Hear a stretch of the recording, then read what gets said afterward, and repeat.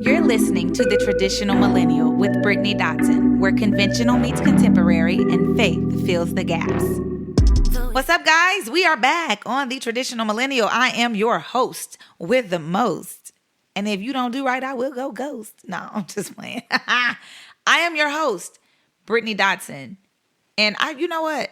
Speaking of ghosting, this episode is not about ghosting, so I don't even want y'all to even think it's about ghosting. And as soon as I stop talking about this, I want us to get back on the right track so we can focus our minds to the topic at hand. But speaking of ghosting, I'm not really a huge fan of people who think that it is okay to just ghost people, not say anything. They're like, I don't owe you anything. And true enough, the person that we are truly indebted to is God. But I just think that mindset it's not very communal. It's not very loving. It's not very mature a lot of times. Like, I do know that sometimes you do have to separate yourself from people without an explanation, without closure, without any type of communication, without any type of interaction. I do get that because some people are dangerous. Some people are manipulative. Some people are malicious. And you just got to get away from them. I understand that. But people who are not like that, let's say that you meet a guy and this guy does not have the teeth that you like, or this guy, his walk isn't how you want it to be. And so now you just say, well, I'm just going to ghost him, or I'm going to block him so he can't get in contact with me. Man, if you don't have a grown-up conversation with that man and tell him, well, maybe don't tell him exactly. Well, I don't know. If you want to tell him something about his teeth, that's a little mean, a little harsh. But at least tell him, I thought that this was a good idea for us to get to know each other. And as we are getting to know each other, I just feel like I would be, and you would be better suited with someone else who can give you what you need, because I can't do that. Man, say that. You don't just stop talking to me. Because the thing is you started talking to him. You gave him your number on Instagram or whatever. Then you actually, he filtered or fixed his pictures up. I don't know. Maybe teeth was not a good example because you see that on the front end. But just anything, I don't think it's a good idea to just ghost people. Ghosting is for ghosts. It's not for humans. We don't ghost people. We talk. We have conversations, even if those conversations are hard now. It's easier later to deal with how you treated somebody, unless you don't have a conscience and you just don't care. I think ghosting is very, very overrated, and we trying to sell it too hard. Like, it's not cool. But anyway, that is not the topic of today's episode. The topic of today's episode is life, the good and perfect gift of life. That is what we're talking about on today's episode.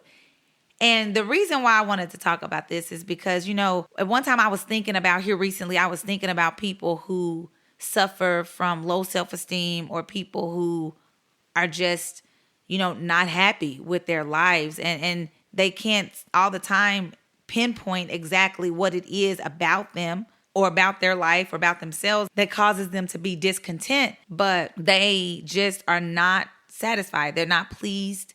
They are not happy. They feel like, the way they look is not good. The way they look is not desirable.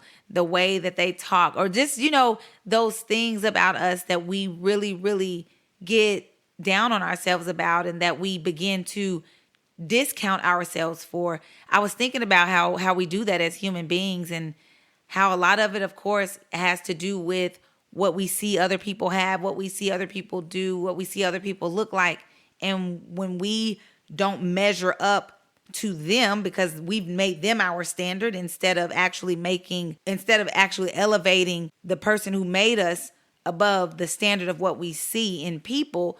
And when we see these things, and when we succumb to that mindset that we have to look like them or we have to be like them, it just causes some strife within our minds, and it causes tension, and it causes a battle and a war in our minds about who we are as a person, as people. And so I just kind of wanted to touch on that just a little bit today, on this podcast episode to just encourage somebody who may be struggling with what they see, who may be struggling with, not even what they see externally in everybody else, but even what they see in themselves internally.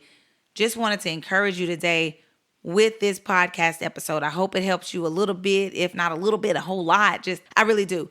But, I was thinking about this scripture in James, this verse in James that talks about every good and perfect gift comes from the Father of lights, the Father of above, and when we think about that, if every good and perfect gift comes from God, and if we think about our life as a gift, because our life is a gift, because somebody had to give it to us, we didn't give it to ourselves. And I know our mother and father came together, sperm and egg, got their thing on, and we're here. They still are not the initiators or the originators of life. God is the originator of life, even from the beginning of time. So if every good and perfect gift comes from God, and if our life is a gift, then that means that when God made you, when God made me, how he made you, how he made me, which is, in Psalms 139:14, it says that we are fearfully and wonderfully made. Has nothing to do with us, but everything to do with the God who made us. So if God made you, made me, and every good and perfect gift comes from him, and life is a gift that comes from God, then does that not mean that you are perfect in God's eyes? Does that not mean that now, when I say perfect in God's eyes, I'm not saying that we are perfect. I'm not saying that, there is no imperfection in us at all, and that because God made us and he's perfect, that we came in perfect. No, that's not what I'm saying. But to God, he made you exactly how he wanted you to be. So does that not mean that how God put you here, the way that he put you here, the way that he formed you, the way that he shaped you, the way that he framed you, does it not mean that he meant that? Like, he did that on purpose. He wanted to do that. So does it not mean that if the gift giver's first gift to you was life, because that's his first gift to us, is life, because we wouldn't know anything about any other gifts. We wouldn't even be able to acknowledge, accept, or distinguish, discern, or even have the capability to actually comprehend any other gift if we didn't have life. So if his first gift to you, to me, was life, and his gift of life is good and perfect, don't you just think that we should honor him or say thank you to him by letting him do everything in us that he needs us to do, and by appreciating what he did when he actually made us? See, if we saw our life as a precious gift from God, then maybe, just maybe, we would do better about appreciating the gift giver. And this is myself included. But not only that, maybe we would do better about appreciating how God put us here, and not be so hard on ourselves about our appearance and wanting to conform to a societal norm for what our appearance should be, what we should look like, what we should talk like, what we should be like, what we should eat, what we should not eat, what we should watch on TV, what we should not watch on TV, how many hours we need to be on social media, which now there is a limit to that, because some of us can just do too much. But what kind of car we should drive, what kind of purse we should have, what kind of clothes we should wear. You should shop over here. You should not shop over there. You should buy these kind of towels. You don't need this type of underwear. I mean, maybe if we would just appreciate how God made us and not try to conform to what society and the culture is telling us, then we would not only do better in appreciating God, we would also live out our purpose better.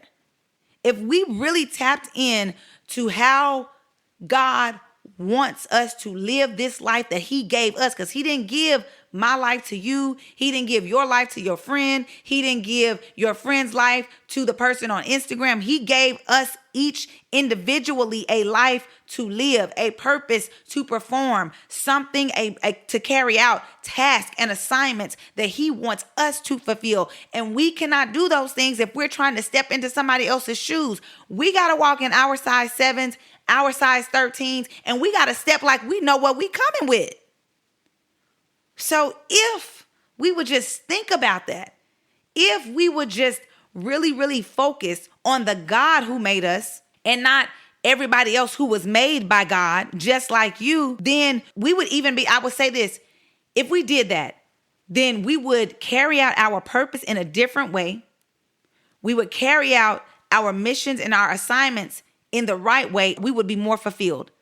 Instead of thinking that we can be fulfilled by trying to be like everybody else, trying to look like everybody else, trying to sound like everybody else, trying to move like everybody else, trying to sing like everybody else, trying to pray like everybody else, trying to rap like everybody else, whatever it is.